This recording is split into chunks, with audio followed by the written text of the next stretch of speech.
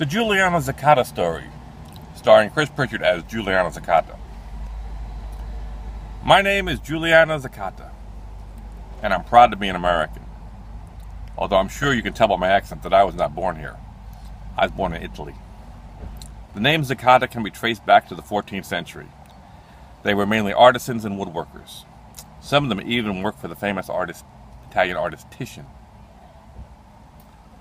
I have had to overcome many obstacles in my life, and despite an 8th grade education, I feel that I've been able to succeed.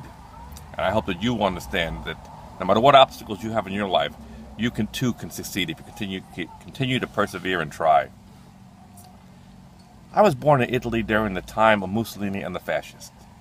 They were more concerned with controlling the mind than educating it. Obeying the regime was the order of the day. Times were tough during the war. And in 1945, when the war ended, there seemed little hope for the future for us in Italy. So my father decided to immigrate to Canada, where we got jobs as carpenters. Things seemed to be looking up, until at the age of 20 I was diagnosed with tuberculosis of the bone. At the time, the treatment was to immobilize the body for up to 24 months in a body cast. For me, it was 18 months of hell in that body cast, day and night, in the dead of summer with no air conditioning, in the winter, freezing, nothing to do. You can't imagine. No television, no entertainment. One day, a bar of soap was left on my nightstand from the daily cleaning, and I decided that I would carve that bar of soap into the only thing I had. I had a penny with Lincoln's portrait, so I decided I would make Lincoln as my first sculpture. And soon I began to do sculpting to pass the time. A local artist took an interest in me and helped me to find my skills. Perhaps being an artist is in the Zacata blood. After 18 months, I was released from my prison of the body cast, but I still had many months of rehabilitation, for my spine had been fused in the operation. But I began to learn sculpting, for I knew I could no longer be a carpenter. The work I desired was not in Canada, though, it was in America, and another obstacle was put up for me. I wished to go to America to work for a car manufacturer, but there was a 10-year waiting list. Fortunately, my skills were noticed, and I was given an early entry visa, and so I moved to America and began working for the Ford Motor Company. I have to thank the Ford Motor Company for understanding that although I did not have all the skills that were needed at the time, they felt I could learn. Among my most proud moments was being one of the sculptors of the original Ford Mustang. At the time, we had to take a two-dimensional drawing and transfer it into a three-dimensional, full-size scale model. And it was a very secretive and cutthroat business, even within the company, for many other studios working on other designs.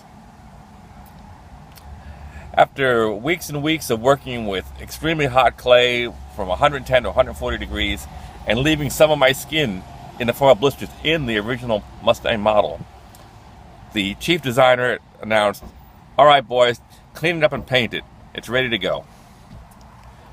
Oh, I can still remember that day when we rolled out the car, a beautiful white painted Mustang among a group of red ones.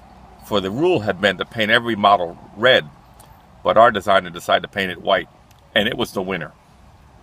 Did we know at the time that it would become an American icon and still be in production 50 years later? Let me tell you the truth, we did not. We were happy to win, but today we have a different kind of pride. I worked on the Ford many times over my career at Ford.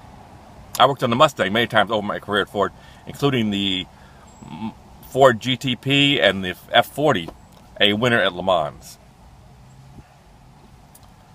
Later on, I helped design the idea of 3D plotting, a way to make a 3D model and to build a model with a computer through 3D printing, a concept that is considered normal today. After 31 years, I retired from Ford, but I still had other mountains to climb.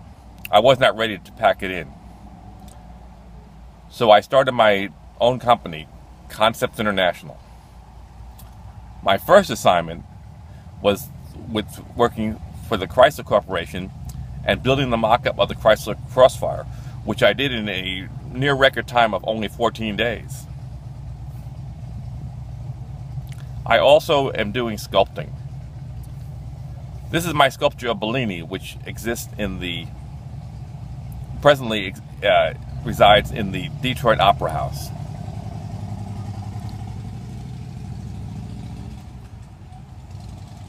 As I said, you too can overcome obstacles, and I have had many of them, and you too can succeed.